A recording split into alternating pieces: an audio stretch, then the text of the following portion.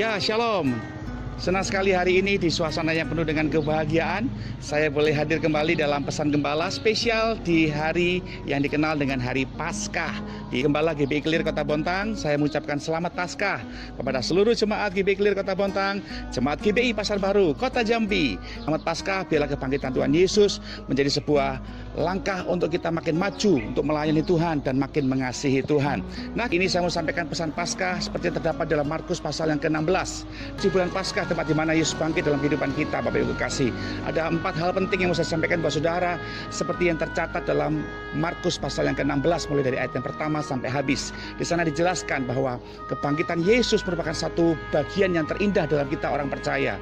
Tidak pernah ada kemenangan tanpa yang disebut dengan pengorbanan seseorang yang disebut dengan Yesus yang mau mati dan akhirnya dia bangkit dengan kemenangan yang luar biasa. Hal yang pertama yang kita bisa dapatkan dari proses kebangkitan Yesus adalah, Bapak Ibu, yang pertama adalah di dalam catat di situ bahwa Maria Magdalena dan Maria yang lain dan perempuan-perempuan yang lain, mereka membeli rempah-rempah untuk pergi ke kubur Yesus. Kebangkitan Yesus merupakan satu pertanda bagi setiap kita bahwa itulah kasih, di mana kasih diwujudkan dalam sebuah pengorbanan. Yesus mengasihi saudara dan saya, dia berkorban memberikan nyawanya buat kita. Lihat respon yang diberikan oleh Maria Magdalena dan teman-temannya.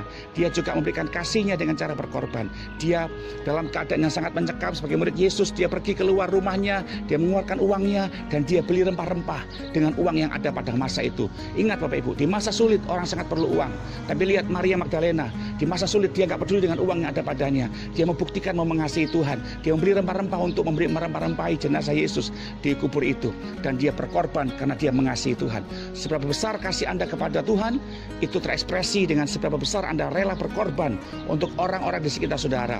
Anda memang nggak melakukan untuk Tuhan secara lahiriah. Tapi Tuhan berkata, jika engkau melakukan sesuatu yang hina ini, engkau sama melakukannya untuk aku. Mari jemaat Bontang, Jambi, dan Australia, Anda harus mengerti bagaimana hidup mengasihi Tuhan, hidup berkorban dengan menolong orang-orang di sekitar kita, pekerjaan Tuhan, hamba-hamba Tuhan. Jangan asik dengan diri sendiri, jangan menjadi orang Kristen yang egois, tapi Anda terus menjadi pribadi yang mengerti arti menolong sesama. Itu Anda sama melakukannya untuk Tuhan. Jadi saya berharap dengan Paskah ini mengingatkan kita agar kita juga hidup berbagi dengan sesama kita. Jangan egois. Kalau kita selalu memikirkan kebutuhan, selamanya kita nggak akan pernah bisa menolong orang. Tapi mari dengan adanya kebutuhan merupakan suatu tantangan. Itu disebut dengan korban. Tekanan yang menjepit Maria Magdalena nggak menghalangi dia untuk berkorban. Dia beli rempah-rempah untuk merempah-rempahi jenazah Yesus yang pada waktu adalah sebuah sosok manusia.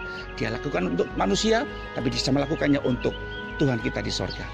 Yang kedua yang saya sampaikan saudara adalah Paskah itu juga bicara dengan sebuah komitmen untuk tekad terus melayani Tuhan.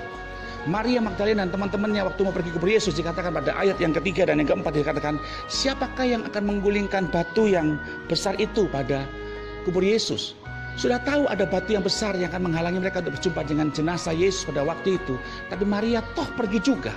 Dan puji Tuhan, dengan tekadnya dia pergi ke kubur itu, dia melihat ada malaikat yang telah menggulingkan batu yang Alkitab saya katakan dalam ayat 4 Markus 16 adalah batu yang sangat besar itu.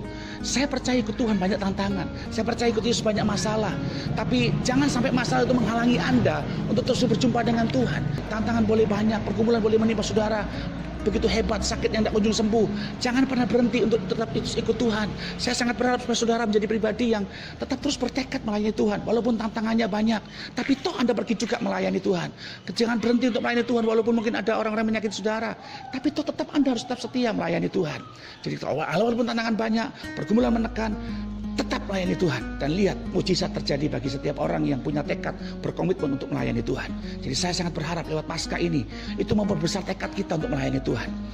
Saya tahu melayani ada masalah, tapi toh tetap melayani juga. Di sana akan lihat mujizat. Saya tahu ikut Yesus harus pikul salib, tapi toh Anda pergi juga pikul salib. Dan lihat di sana ada mujizat.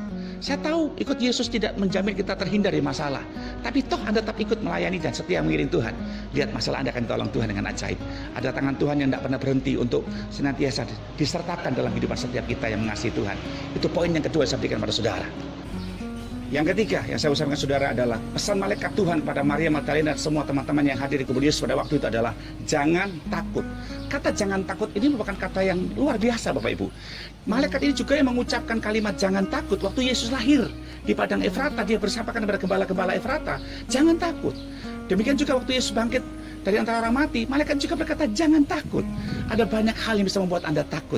Tapi Paskah berbicara kepada kita bahwa Yesus ada dalam diri kita. Yesus berkata, jangan takut menghadapi semua keadaan-keadaan yang sulit. Mungkin hari ini masalah Anda menimpa Anda sehingga hidup Anda menjadi seperti sebuah reruntuhan. Seperti lihat, banyak sampah-sampah di sekitar saya ini, Bapak Ibu kekasih, yang bagikan sebuah reruntuhan bagi kita yang harus disingkirkan. Kalau Anda berjalan dengan Tuhan, lihat, tidak usah takut.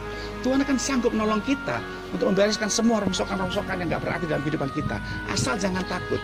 Kebangkitan Yesus berbicara tentang bagaimana kehidupan kita sanggup mengalahkan segala keadaan yang mencekam, yang hendak meruntuhkan kita. Ketika Dia bersama dengan kita, kebangkitannya membuat Anda mengalami terobosan yang luar biasa. Dan yang terakhir, yang keempat adalah mereka itu berkata, pergilah dan katakanlah pada orang-orang bahwa Yesus telah bangkit.